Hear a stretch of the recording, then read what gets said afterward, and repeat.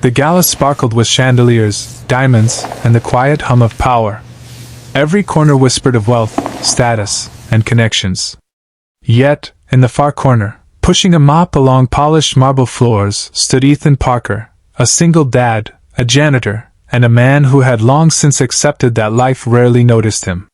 He wasn't supposed to be part of the night's story. But fate rarely asks permission. As Ethan wrung out his mop, a sudden voice startled him. Low, trembling, but urgent. "Please, pretend you love me. Just for 10 minutes." He turned. Standing before him was Olivia Hayes, the CEO of Hayes International, a woman known in the papers as unshakable, untouchable, a billionaire with nerves of steel.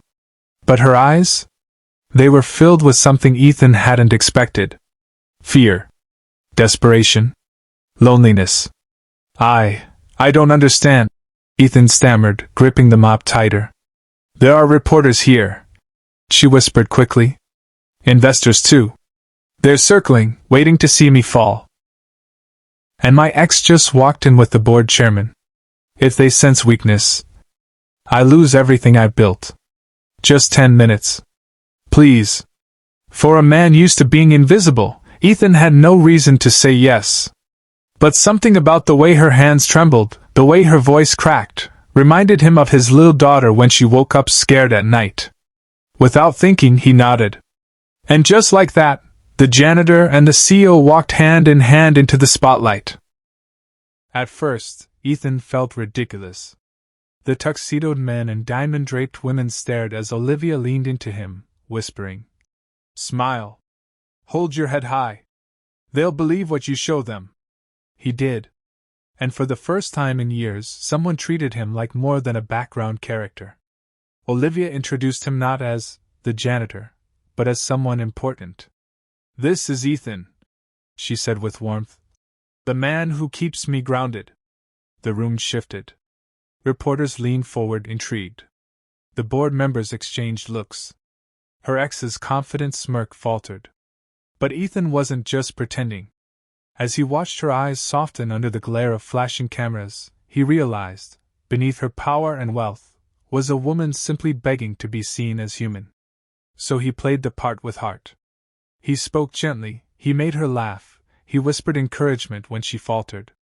And for those 10 minutes, Olivia Hayes looked less like a CEO fighting for survival, and more like a woman finally safe. Then came the twist. As the music slowed, a journalist called out, "Ethan, how does it feel to be the man who stole the heart of the most powerful woman in the room?" Ethan froze. He could have laughed it off, exposed the act, gone back to being invisible. But instead, he said something that left the entire ballroom silent.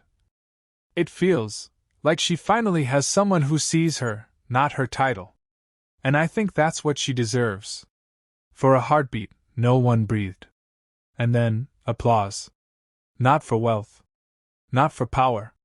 But for something money couldn't buy, authenticity. When the crowd dispersed, Olivia turned to him, eyes glistening. "You saved me tonight," she whispered. "Why would you do that for a stranger?" Ethan smiled softly. "Because I know what it's like to stand in a room full of people and still feel alone."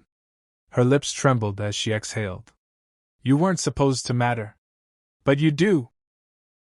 That night, Ethan walked home to his daughter with no paycheck, no promise of riches, no guarantees.